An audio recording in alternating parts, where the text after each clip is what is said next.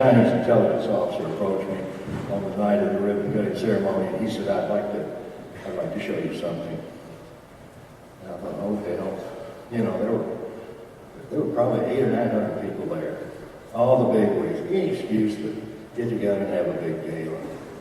This place was beautiful. They had us in, and Alice wasn't with me, and so and I thought it strange that they didn't want to come over. Because he was my partner in the United States. No, they weren't. So this guy began to open his briefcase, and in perfect English, he begins to show me my personal background records, beginning with those 1952 records and some of the notes made by some of the psychologists that had reviewed them. And even my neighbors, and my father's and mother's friends, that the DIA had investigated me through.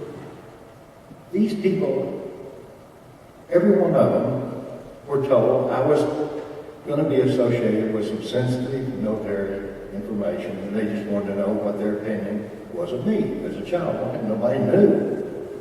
And that must have been what they wanted to find out. Because when I found out that they knew everything, I knew that my business there was finished, because I was going to go straight back and report to the Department of State that a national security breach of major proportions had just occurred, and I had actually recorded part of it with a recorder I had in my pocket. So, and I had some pictures. When I got back home, I called in the report. I must say this. He went on to show me some pictures of Alex Houston having sex with a small boy in Haiti. And he went and showed me other pictures, equally as graphic, of him with little children. It was enough to make you puke, particularly when you didn't know anything about pedophilia. I mean, that was a subject in psychology that I had no interest in. Unfortunately, I wish I'd studied it, but I didn't know anybody. It was a pedophile. Well, that's because they don't have a P written on it. They're everywhere. But I didn't know that the Chinese intelligence officer was telling me the truth when he said, Mr. Houston is involved in child and adult pornography. He's involved in child and adult prostitution, money laundering for the CIA, and he's into drug distribution with some drug lords of Central, South America, Mexico, and Cuba. Well, I know something about that. I got an essay. I can talk to you about that. It's called Operation Watchtower. Record that one in your head as it came out.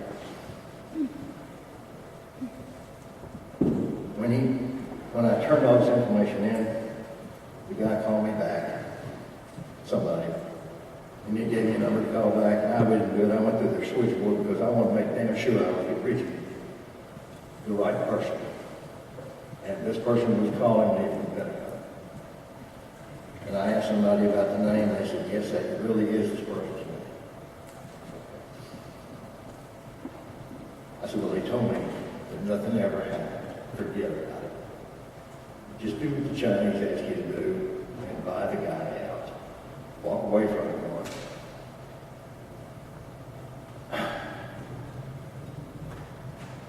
You got to remember, in the 1960s, we had devised methods using technologies. They weren't any good. They all changed and evolved with technology, the way technologies do. But to have external control of the mind, from the level of being able to control emotion, logic, two sides of the brain, unnoticeable. They didn't use trauma-based. Trauma-based mind control has been around longer than the pharaohs. It goes back thousands of years. There are French caves that have pictographs.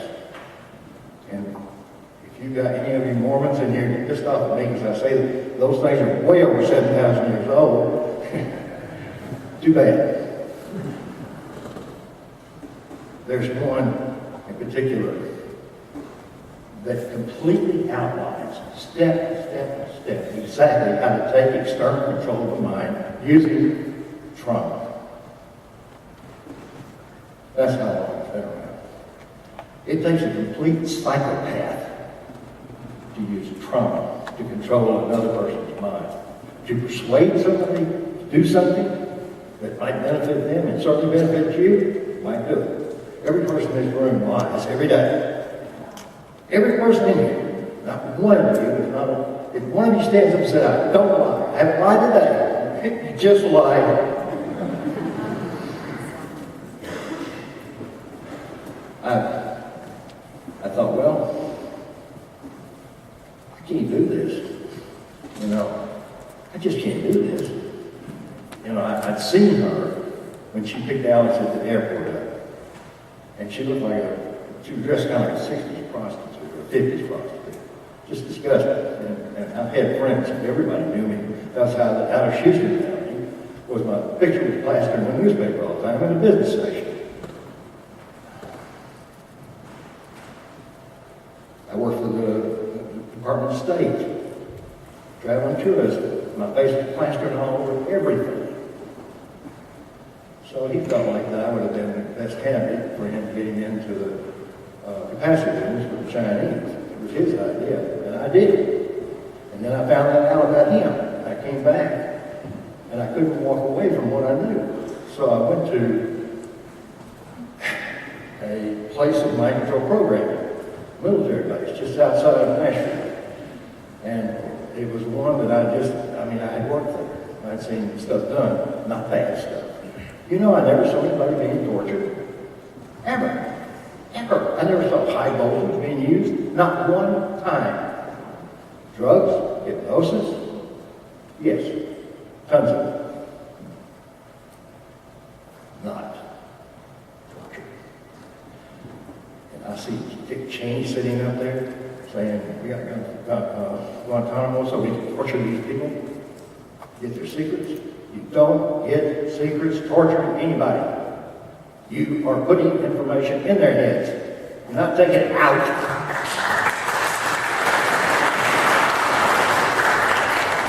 That, to me, was the most repulsive remark I've ever heard anybody say.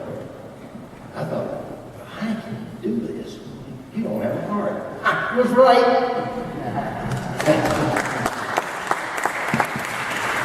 He had to get somebody else's. God help him. I bet if any of you people needed a brand new heart, you couldn't get it as fast as he did. Particularly if you'd be as old as he is. I wonder if the fellow that he got it from even knew it was coming. Or going. So I decided that I was going to do something. I called up my business partner in Hong Kong, and I told him, I said, look, I've got a big problem. Big problem. I said, they had just left. They'd come to Nashville. We'd met with my lawyers and theirs, and I had got Houston out, taken his stock, and handed it over to myself and to them. I had 51%, they had 49%. Fine.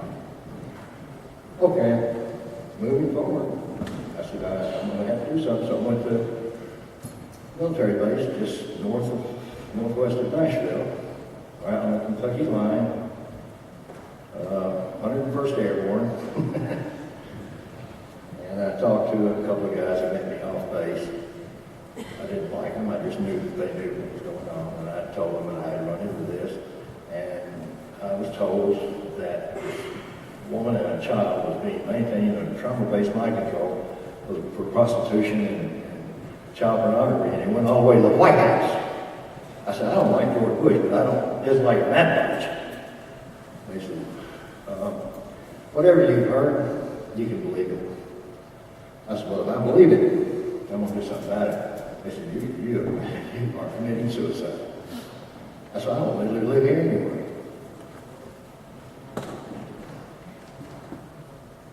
I don't think any one of you, if you've been armed with the information and knowledge that I friends that I had, I mean, good people in both the U.S. House and the Senate, and in the Pentagon, and in several intelligence communities, both U.S. and foreign. If you'd had those connections, you would have done exactly what I did. I had $2.2 million that I earned hard work and saved, paid taxes on, that was taken from me the day after I rescued her and her dog. You're the man.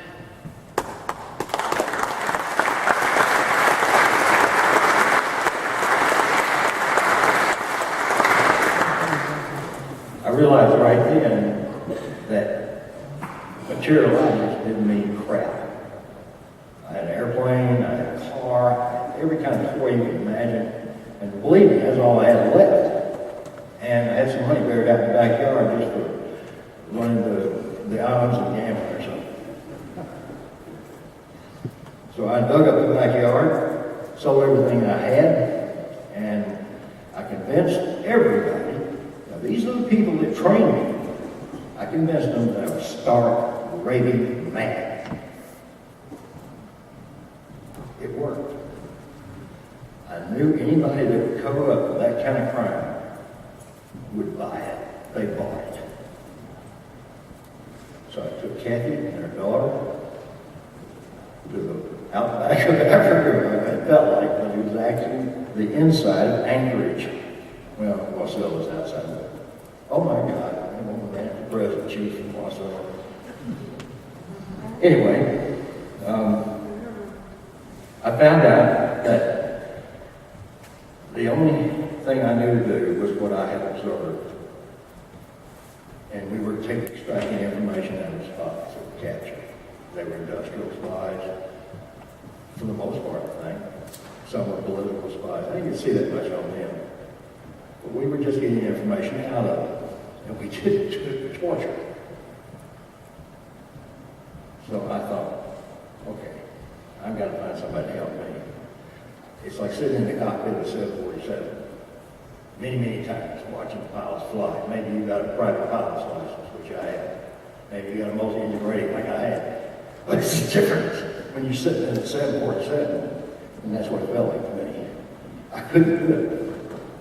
I could not do what they needed, what she needed done. And when I contacted everybody, they ran, all except for some federal investigators. And one of them happened to be the man who was in charge of the Far East, U.S. Customs Enforcement. He worked directly under the man that George Herbert Walker Bush put in the head of Customs. The one by the name of Von Ryan. Whitty. This guy, when he found out what Kathy had told, and I had investigated, and it was all true. And when he found out that those numbered accounts, I did manage to get into Houston's safe, and he kept some things in there he shouldn't, like CIA numbered bank accounts with millions and millions and millions and millions. So when I turned that over to them, they came back and told me, they said, this is not going anywhere. You're going to die. Mark, run. Don't get close to anybody. Don't kill them. And I don't know whether I mentioned this or not, but after I rescued Kathy, I didn't speak to my son again. And he and I were very close. He was a teenager. And I told him someday, maybe, if I live, you'll find out what I'm doing. It's something I believe in. If you do everything you believe in doing, you will succeed. Don't measure the success in money. Because I'm just as poor as I was the minute I rescued her. But I'm a really rich man with what I have here. And how I feel about myself, I don't give a rat's rear what any of you think of me. You can call me a traitor. You can call me anything you want. I don't care. What matters is I've told you the truth. And you're going to hear the rest of the story. Because when I found out that that woman and that little girl were being maintained under trauma-based mind control, I was absolutely on fire. When we had the technology at that time, she could have been controlled a whole lot better and a whole lot safer. External control of the mind today has advanced so far that if I were to tell you what I know, I don't have it nowadays, so I can't tell you. There's plenty of stuff out there in your face.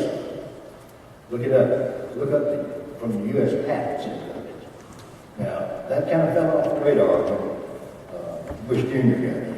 Matter of fact, he reclassified, that's like regained your virginity, but he reclassified, declassified MK Ultra files. Well, there's 17,000 files, I don't know how many thousand pages. I'll be happy to, for postage and the cost of the CD, I'll mail you. Or I'm sure that you can find one with Patrick. I'm sure he has it. If he doesn't, I'll send him one. He can copy him, you can copy him. When I told Kathy, I said, honey, you're not going to know where you're going until you know where you've been. I'm going to ask you 2 questions. And I realized the condition of your mind. Her eyes were no color. I had no idea what color her eyes were. But I wanted to see on her driver's license. I said, how old are you? She's 24. I said, what's your full name? And she put her head down. She said, Kathy. Just call me Kathy. Everybody calls me. What? They call me other name, Kathy. I said, may I show you your driver's license? She said, well, yeah, I'll go get it. I said, no. I said, you know simple math? I said, you're not 24. You have been 24 for 6 years. I said, that is not your real name. That's part of it. And I pulled out something else. That's your real name. I said, well, I don't know anybody here. I said, look, you're going to know everything. The other thing that I ask you to do is, if I ask you to please don't do something, don't do it. I will not ever ask you to do something without explaining why I need you to do it. And believe me, you'll never know all of the reasons why. There's one thing this book does. He never, ever, ever can physically get it out of his mouth. All the reasons that he wants you to do something. He can only give you part of it. Because something just kind of breaks down. That's our own personal program. So everything is done for at least 3 reasons. 3. 3 is an absolute magic number. And there are many, many avenues looking towards numerology and figuring it all out. Listen, if those guys at the Pentagon play around with numerology, there's got to be something to it. And I never heard anyone mention it except Roseanne. She mentioned it once before. Now, what the hell does she know? So I asked her. And she told me. And she studied the same crap that I studied. And she knew a little more about it because I wasn't as objective. I thought the best revenge Kathy could have, and I told her, I said, honey, the best revenge you can have is to heal. I said, the best revenge I can get for those guys who's taken everything, including my son, away from me, is to expose them. I doubt that it'll hurt any of them, but it's sure going to be embarrassing as hell when they start opening presents from under the tree. She said, why? I said, you'll see. At one point, we got a copy of Trance. And every single politician in Congress, both houses, and their wives, and their children, and some of their nieces and nephews. And they gave him his gifts to get used.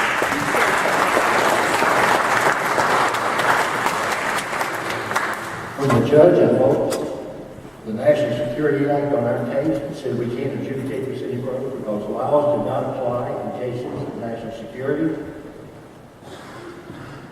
And yesterday, the FBI said there was no such thing as mind control.